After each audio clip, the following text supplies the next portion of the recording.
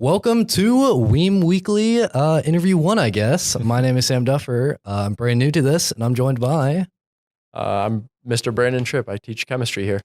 chemistry. I can't say it's my favorite subject, but it's fun. It is very fun. So would you like to introduce yourself and tell us how long you've been working here at Pelton Heights? Yeah, so I started last March, I believe. Took over the chemistry program. Well, not program, but classes. So I teach Chemistry 1 and AP Chemistry.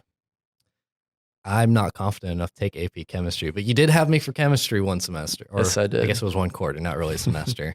Close enough, close enough. What do you like about working here? I love all the staff. Staff are phenomenal. Every day I go down to the teacher lounge, have lunch with other teachers, and it's phenomenal. Getting to talk with them and share some experiences. And then also I have a passion for chemistry, as my students have found out. So getting to teach students that and getting to show them how to problem solve, how to critically think, as well as just getting to talk with them and form relationships where I get to know them and teach them in a different way. I'm sure that is fun for those who like chemistry. I know some people that do like chemistry. They're in your seventh period. I like blowing stuff up in chemistry. I can't say I'm that good at math personally. Yeah. A lot of people get frustrated with the math, but the math lets us see exactly how it's working and explain the explosions. Which is true. It's very important for the math. I just don't personally like it. Fair enough. What do you not like? And you don't have to be too specific here, but what do you really not like about working here? I really don't think I've found anything that I'm like, oh, I really don't like that. It's just minor inconveniences. Once in a while, there's some inconveniences, but that's with everything. So, so far, I've just really loved my time here. That's good. The only inconvenience I could even think of was when the drains under the chairs drained were just smelling. Yeah, we actually so for context, my classroom after spring break last year smelled like sewage, and it was about that way for 2-3 weeks, I think. Something like that. It was something bad. like that. And bad enough to where students would spray cologne and perfume to try and mask it. It didn't help. It came from a dry drain that we finally tracked. It was not under the desks in my room. It was actually in my chemical storage room in the fume hood. Okay. Wow, it spread real far and was still very pungent. And my storage room didn't smell that bad. So we traced it to one random tiny drain before finding it. This is news to me. I didn't know it was over there. Yeah. That's insane, though. It's just like, it's so far away, but it smells so bad. Yeah. And for additional context, if you smelled it at all last year, it's because it radiated out of my storage room and into the hallway and into other classrooms. Yeah. No, it was something, all right. It was definitely something. If you teach multiple subjects, which you kind of do, you teach two, which subject would be your favorite? Do you like regular chemistry or AP? So I am actually certified to teach chemistry and physics. Right now, I'm only teaching chemistry and physics because Elrod takes care of the physics. Yeah. Sorry, chemistry and AP chemistry. I realized I said physics, not chemistry. A lot of classes. I enjoy chemistry 1, but AP chemistry is where I have a lot of fun and I truly enjoy because I get to challenge students in a new way. Yeah. Because they have that foundation of Chem 1, they're able to go on to AP Chem and take a college level course where I'm able to give them more challenges. We're able to do more complicated labs, and that's more fun for me. In addition, having the juniors and seniors, because of maturity, I'm able to trust them with new labs that are more dangerous at times, as well as give them more responsibility in the classroom and outside of the classroom. Yeah. So not only is it a level of maturity that you have with your older students, but it's also they get into the gritty, hard, just complex stuff about chemistry. And that part's the fun part. I would disagree, but I'm not the expert, so I don't have much room to speak. Why did you decide to work here at Pelton Heights? So, fun story. Go back to spring semester 23, And I was actually in my student teaching semester with Indiana Wesleyan. And I student taught in Kokomo, Indiana, and I decided to start emailing principals. Mm-hmm. And I got a response from a few, and I actually landed an interview with a couple places, and Pendleton offered me a job within a couple weeks. And so here I am. I do remember because it was Mrs. Walls who had your room before, and she had gotten a job offer. I think it was for Ivy Tech. Correct. So she was looking for someone to replace her that last quarter. I almost said semester. Last quarter. And that kind of worked perfectly that you were also looking for a place. It made it so that I was able to, instead of teach the entire semester, kind of cut it short and be able to enter the field a little bit early. Yeah, it gives you, not only was it shorter, so you only got a little taste of what was to come, and not that much annoyance from our, I guess they were sophomores at the time. That's kind of weird. Yes, they were. They were sophomores at the time, but you got a taste for how Pelton Heights runs, and it wasn't throughout a whole year span. It was just from one little quarter. Yeah. Let's see. Were there any events that you enjoyed last year? Now, you weren't here for a lot of the ones that I kind of listed because I have stuff on here like homecoming, the pep rally. Yeah. But what I can ask is like finals week and I guess the prom week because you were here for that. I was. So I didn't do really anything with prom week just because being so new, I didn't know that many people yet. And I still had enough writing that I still had to write the lesson for the next Monday. Yeah. And then finals week was interesting. It's a very different schedule here that I'm not used to because my high school was a full open campus. Really? So if you didn't have a final, you could just leave. That's cool. It used to be kind of like that. Did it? Yeah, or if you were old enough, you could just leave, or if your parent signs you out, you can leave. Gotcha. But I know some people, myself included, usually don't leave just because I can go to classrooms and play games. So yeah. But so I didn't do too much outside of just the normal school day last year. I wanted to go to a choir concert, but something came up. So this year I definitely plan on going to a couple games, a couple of concerts, hopefully. There's game tonight. Tonight I can't, but I'm planning on going to a few. Try and support my students as well as the rest of the team. Casual shout out. Did you guys know that we are broadcasting live the game tonight? Tune in for that. Have to make a casual little slip in of that. Anyway, how do you feel about your students? So to be completely frank, completely transparent, in the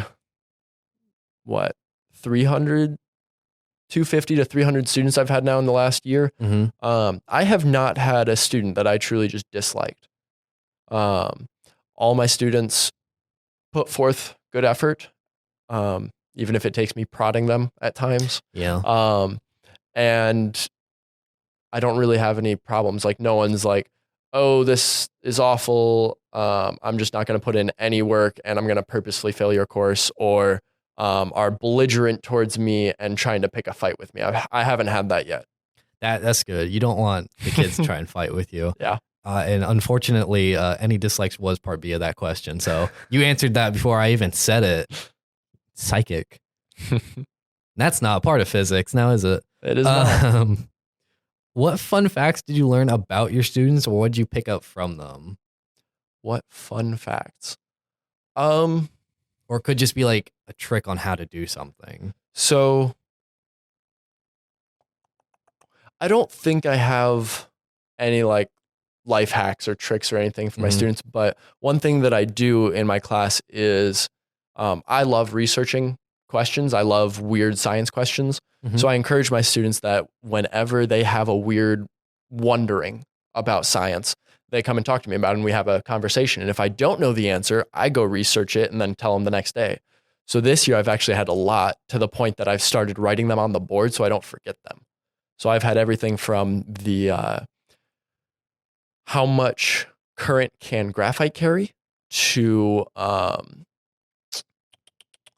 cold the human body can survive to... That one was a Japanese experiment, if I remember correctly. Was it? I couldn't tell you. Japanese experiment from World War II. I went through and researched a few things about temperature, and the answer was what I ended up thinking it was, but besides the point. The last one I had was actually earlier today. Would something be able to have mass but no volume? And then conversely, would something be able to have volume but no mass? These are questions that I unfortunately have no clue about, except for maybe the temperature one. That's all right. Those are the curiosities that I like hearing from my students, because I get to help indulge them in their curiosities of the world. Yeah. So it's like if they have a question, they can come to you and just ask it. Absolutely. Let's see. How do you feel how did you feel after last year ended? Like, were you, do you think you came into this year better prepared than you did that first quarter? So, short answer is yes. I wanted to do a ton of writing over the summer, get done like the first 2 units. That didn't happen. Right now I'm writing it day by day, basically, but from a mindset point of view, from knowledge about the school, I feel much more comfortable, because last year I knew where the men's bathroom was, I knew where the teacher's lounge was, and I knew where my classroom was when I walked in on my first day. And then everything else was like everything else, I just had to figure it out. Yeah. So definitely feel more prepared this semester, and being able to have some experience before the actual first day of school made it much less intimidating. Intimidating is a good word. Because I already knew where stuff was. I didn't also have to learn the school when I came in. Yeah. So you almost came in prepared like a teacher who had worked a complete year would, almost, but you just had 1 quarter. Correct. Which is rather impressive. It's like it shows 1 quarter can put you that much further. Yeah, absolutely. Going in just brand new. Absolutely. That's very interesting. I must say we are practically at our end of this little segment of WEEM Weekly, but I do thank you for taking your time out of your day to come down here and indulge us with some information, even if it is chemistry. Absolutely. Thank you for having me. Of course. I don't know if anyone else will respond to my email, so I do appreciate it. Anyway, that'll be my segment. Signing off. At Pelton Heights, radio is a huge part of our lives. From programming to social media to podcast to sports, our student-run radio station is dedicated to informing and entertaining everyone in and around our campus. We're with you every step of the day. Whether it be in your car, in class, at lunch, or at work, we're here to provide you with the local news and the best songs. Experience the full impact of radio today by tuning in to 91.7 WEEM. To learn more, go to our website at 917weem.org. We're here for our community. Hi, and welcome to our first ever WEEM Weekly podcast of the 2023-2024 year. I'm Brooklyn Schuyler, and I'm here with Miss LaPlante. And we're going to have a little conversation about what it's like to be a newer or one of the newer teachers of Pendleton Heights. So what is one thing that you didn't expect when starting here? I will say I did not expect the friendship with all of the other teachers. That's been really awesome. In previous schools that I've worked, sometimes you don't get that close-knit group of people, but that's definitely something that happened here and that continues to happen. Do you think that you have more friends of the English department, or are they kind of everywhere? I will say last year, it was definitely more friends in the English department, but part of it was me and not necessarily the other teachers. Just I'm more comfortable now. So I think I have friends in different departments now. So like I have a couple of friends in math and I have a couple of friends in like art. I think I'm still trying to branch out a little bit more and meet more of the other teachers, but yeah, I think it's starting to turn into a good mix of people. That's cool. Yeah. All right. What's the best part of teaching so far? Again, I really like the friendships I've made with my coworkers. But not to be like cheesy teacher, but I love the moment when a student that at the beginning of the class didn't know what's going on or they don't understand a concept. And then at the end of the class or just at some point in the class, you get that kind of aha moment of like, oh, okay, I get it now. I think that's probably Yeah, you know, Yeah. you did it. Yeah. I'm doing my job, and it feels good. Yeah. What would students be surprised to know about you as a person? Oh, that's a good one. I don't know, because I feel like I talk not about myself all the time, but I try to have my students like get to know me.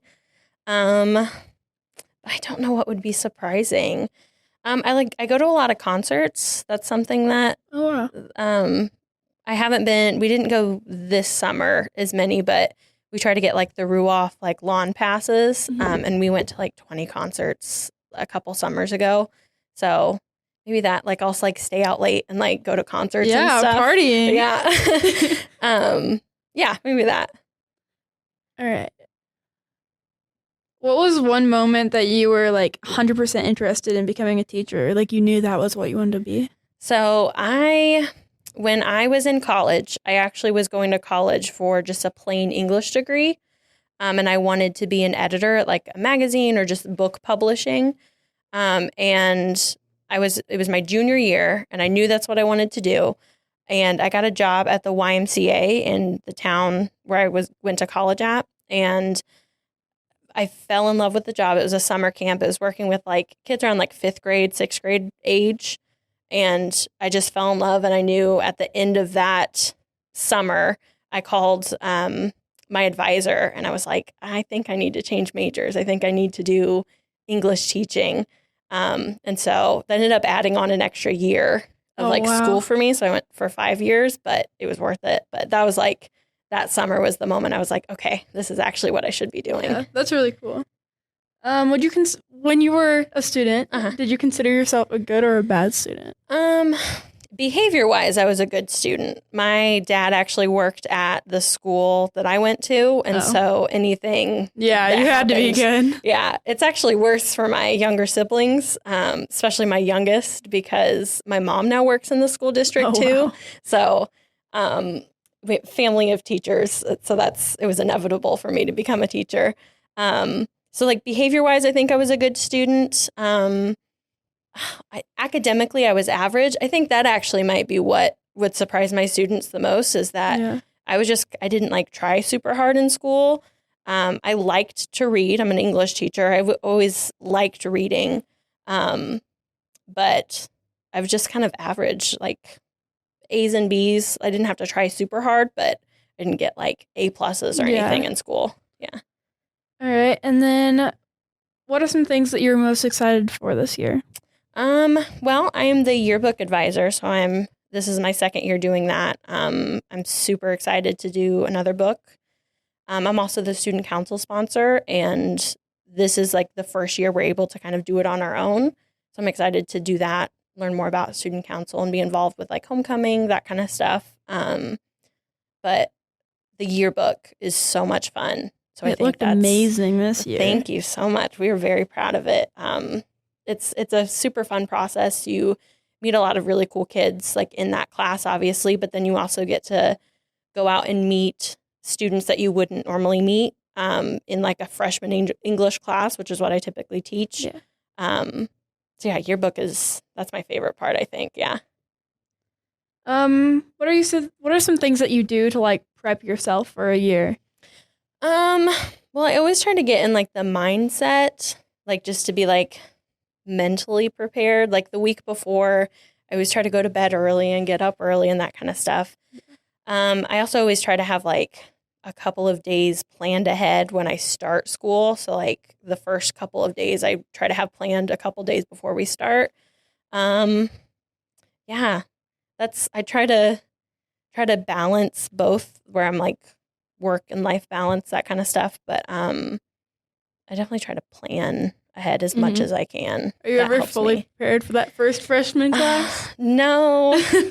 I think what's nice about freshmen is they are kind of nervous. And I mean, yeah, they're like, just as confused. Right. I mean, when you were a freshman last year, were you nervous? And, yeah. I mean, you're at the bottom of the totem pole. Yeah. So I feel like that.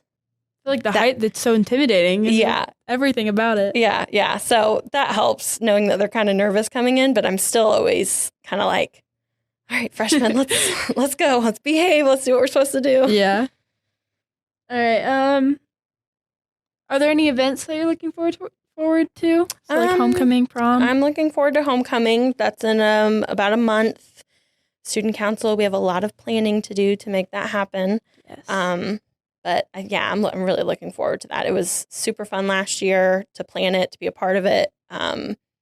Because I'm yearbook also, I got to walk around and take pictures at homecoming and like just kind of see both sides of it. So yeah, that's always so much fun. I know that one teacher in one of the previous WEEM Weekly episodes was talking about how it's so cool to see like all of them, all the students dress up and all that stuff. Do you like that? Yeah.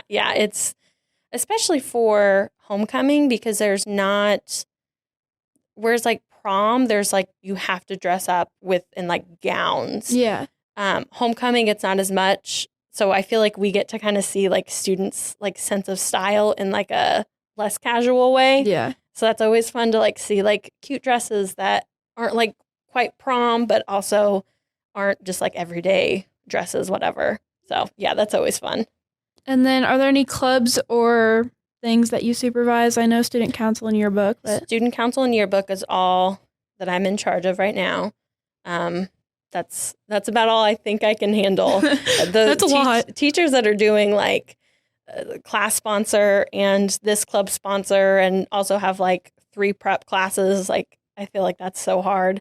I'm at my sweet spot of busyness, I think. you have like 2 good like clubs. Yeah, I think it's always cool when you have like student council or yearbook because those are clubs and classes that students are choosing to be into. So you always have just a little bit more effort and like a joy in like being in that class. Yeah. Besides the all the freshmen that have to be in that class. Yeah. All right. Was there any other profession that you like thought of besides English? Well, I mean, wanted to be an editor. I thought about that for a long time. Before that, when I was in like 6th grade, I wanted to be a marine biologist because I love whales. I know that. I talk about that all the time in my class.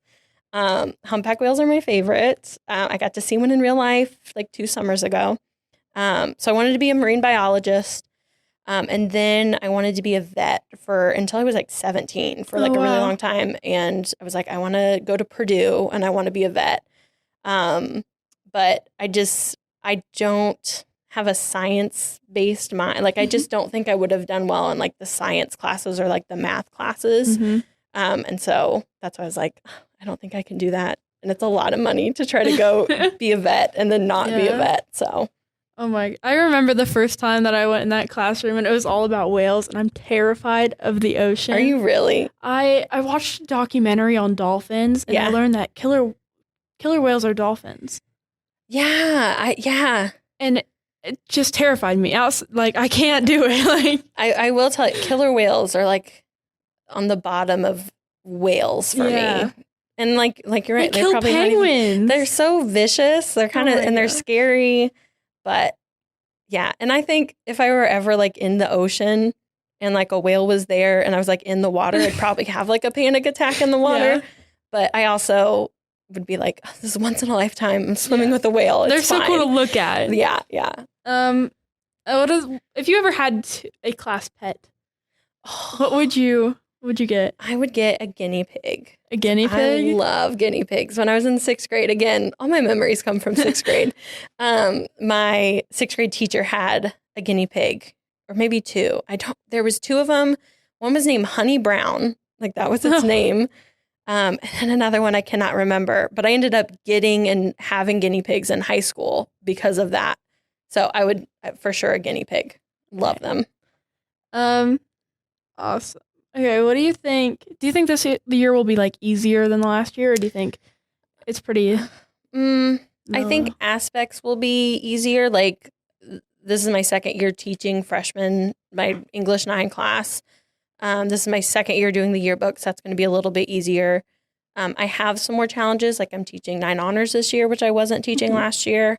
And I think one of my personal goals is I want to like put myself out there more and like do more challenging things with teaching, like try a lesson that I wouldn't have tried last year, stuff like that. I I think it's a good mix of things will be easier, but then I still want to challenge myself. Yeah. Do you have like a favorite lesson or a favorite book that you teach in your class? I love the Odyssey. Ooh, I really, because I love Greek mythology. me I think too. it's so interesting. It's dramatic. It's like watching a reality TV show for me. Like, I don't know. I think just the way that gods and like Greek mythology behave is like so funny because their whole thing is like they're better than humans, but they're acting like worse than humans or like the They're like worst. children. Right. And everyone's like dramatic and they're cheating on Their this family trees person, are and so it's- bad.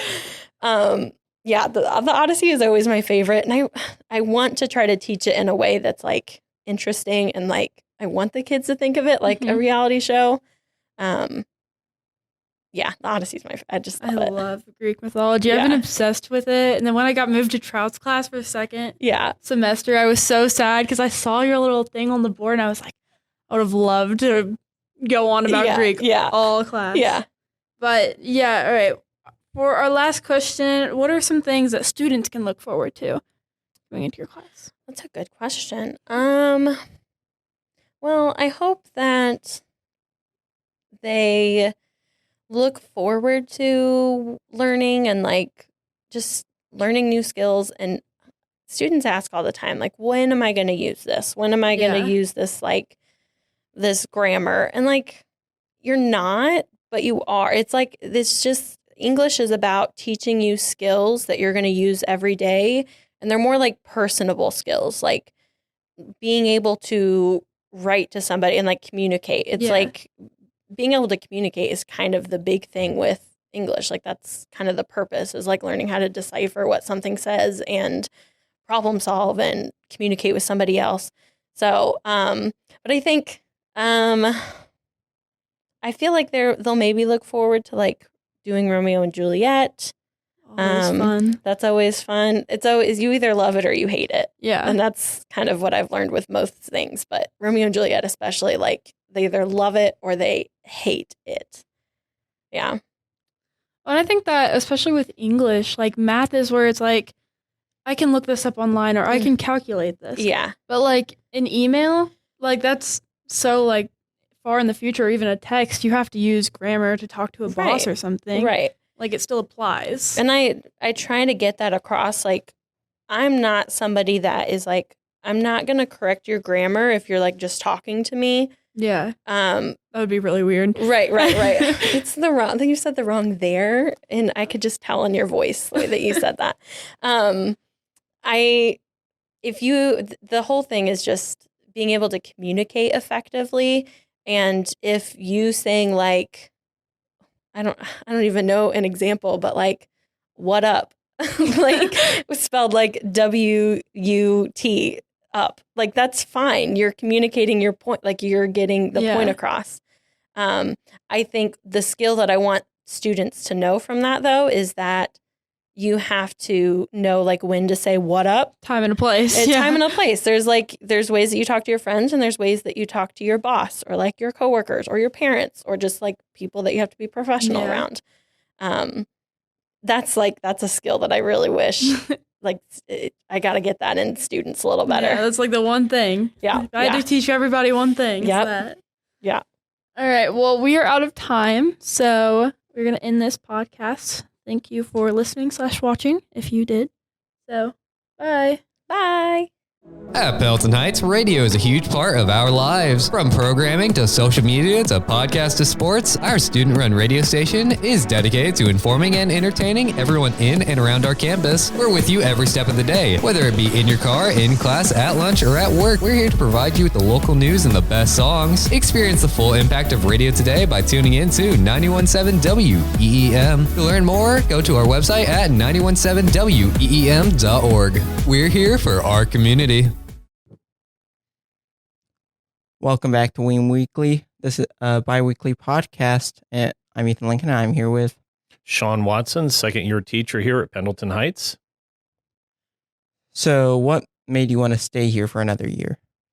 Well, I never really thought about leaving. I made the transition from teaching 8th grade for many years to here last year, and I'm giving high school a try. Have you changed your lesson plan at all for this year? Well, last year I taught a lot of freshmen, not a lot, but I had a couple freshman classes, and this year I'm teaching wholly sophomores. I noticed there's a lot more transition here at the high school than there is at the middle grades. So, I'm yes, I guess you could say I am doing that. I'm keeping the things that worked, and then I'm papering over and trying. As a teacher, you always want to be innovative, and you try new lesson plans all the time. Was there like anything in particular about here that made you want to come? The proximity. For the past 17 years, I've been living in Noblesville and teaching all the way out in Lebanon, which was a 50-mile commute. So I would spend 50 miles driving there in the morning and 50 miles back, and that's an hour and 40 minutes in the car every day, which is fairly exhausting on top of teaching, which is exhausting by itself. So to be able to cut that drive to 20 minutes and spend 40 minutes in the car all day, that's an hour less, and that's a lot of time you're getting back over the years. So that was one thing that certainly made it very attractive to me. Yeah, just saying, like 40 minutes in a car, that still sounds like a long time, but comparing it to the hour and 40 minutes, Yes. It's definitely a lot less. Definitely. Where did you? So you said you taught in Lebanon before here. Mm-hmm. And Well- Crawfordsville before that. What were like things about the school that like drew you to those before you came here? Well, it's kind of funny. One of the things they tell you when you're studying to become a teacher is that you don't want to teach middle school, that it's like the nightmare place. And I certainly never planned to. I always planned to be a high school teacher from the very beginning when I got English education. But my very first job just happened to be 8th grade, and I tried it, and I got along with 8th graders. They seemed fairly. One of my strengths, if anybody's ever had me in class, is classroom discipline. I get along with kids, and I can discipline them impersonally, and they don't get mad at me when they get a consequence, because they know it's not personal. So that served me very well. Coming here last year to the high school, I think was the first time I realized that 8th grade actually is kind of hard. I didn't realize it because I didn't have a framework of comparison. High schoolers are just much more chill, that you don't have the drama. You don't have somebody's looking at me. You don't have somebody stealing my boyfriend or girlfriend, or if maybe you do, but it doesn't happen as often. So, in addition to the reduction of my commute time, my stress, I think, has gone down a little bit. It's gone up some when I have to learn new things. I got kind of comfortable in 8th grade with the curriculum and the material, but so I'm having to learn some new things here. But the kids are much, much easier to manage than they are middle schoolers. Makes me feel like I wish I'd done this a long time ago. I feel like that it always gets easier to be around people the second they're not freshmen anymore. I don't want to, bemoan my freshmen last year, but they were the most difficult compared to sophomores. So there is a lot of truth to that. Like what originally got you interested in like writing or English in general? Well, I've always been a reader. I've been a voracious reader since, since ever. I used to read to my younger brothers, even in elementary school. My teacher, I think it was my 4th grade teacher, read our class Little House on the Prairie, and I would go home and read it to my younger brother, who was about a year and a half younger than me. I think I read for the first time Where the Red Fern Grows about that year, and I think I read it 13 times that year. I suggested to my teacher, Mrs. Schroeder, that maybe she might want to read that to us next, and she said, no, but you can read it to the class. So I was reading a novel to the class in 4th grade. And writing came equally well to me. I actually did not go to college to become a teacher or a writer. I went to college to be a mechanical engineer. So, I applied to engineering schools all over the Midwest. I was very, very good at math, did a lot of, computer aided drafting, programming, Pascal, Cobalt, and all that kind of stuff. After 2 years, I just hated it. I could not envision doing it for the rest of my life. I'm sure I'd enjoy the paychecks a lot more, but it wasn't fulfilling. Everybody there doing it seemed to be passionate about the engineering except me, and I don't think you should go into a job that you don't care about. From there, I really didn't know what I wanted to do. I actually tried another math-related career major for a little while. I tried accounting, and that was even worse. It was math, but it wasn't even exciting math. I was undecided for a little while, and then I just said, what classes in college have I enjoyed the most? And they were all from the other spectrum. They were all reading or writing. And so I started thinking about what I could do with that career. And I wasn't sure at first. I thought about, journalism, and then I realized they made nothing. I thought about sports broadcasting, and that's something I was told you just kind of had to fall into. It wasn't something you could really aim for. And so I considered teaching. And I took an Ed 101 class, and one of the smart things they do there is they put you right in the classroom. They make you get up in front of kids and teach, and it just seemed to fit. And then I began to consider it more seriously, and then I ended up switching my major. And I've been a teacher ever since. As much as I would like, it would feel pretty cool to teach. I can't explain anything, which is like a major part of being a teacher. So something that I've been thinking about while we've been talking is how did you learn to explain things differently to different people?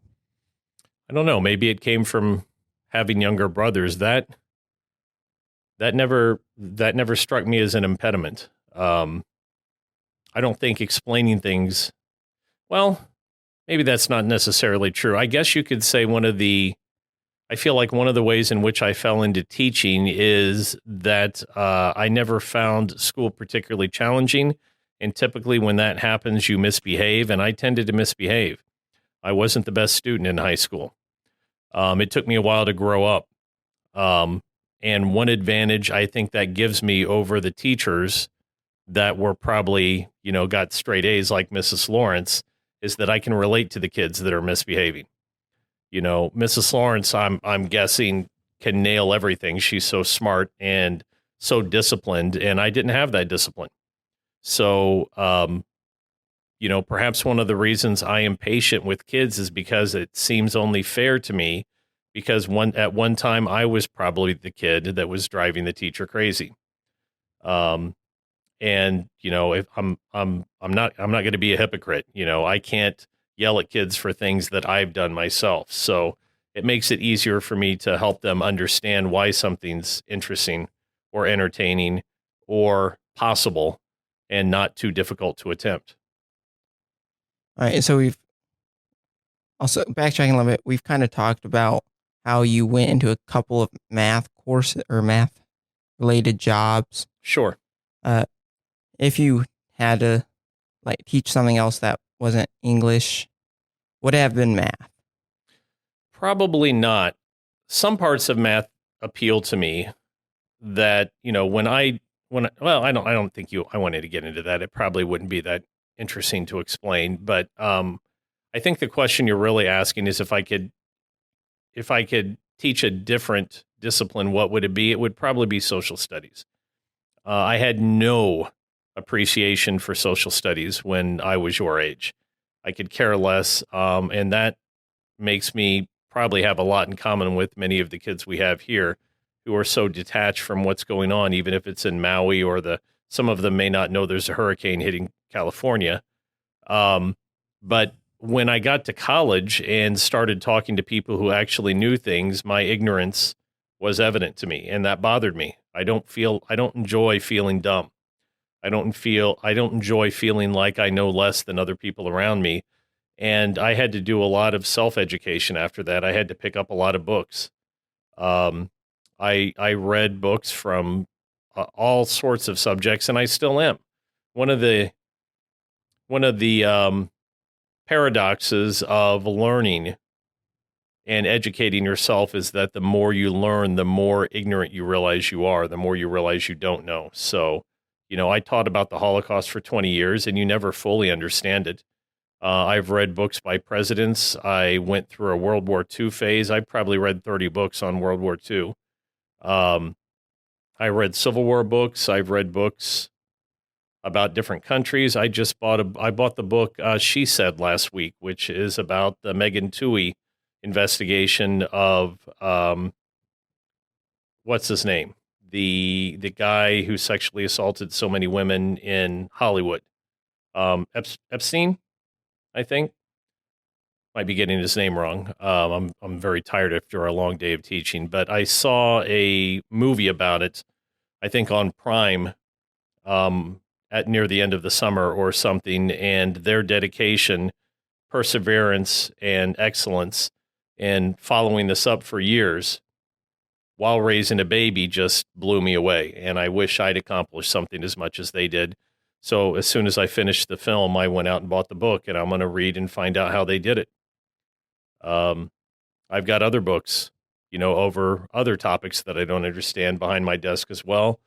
And, I'll pick up one of them next and just keep going, try to alleviate my ignorance. It's an ongoing battle.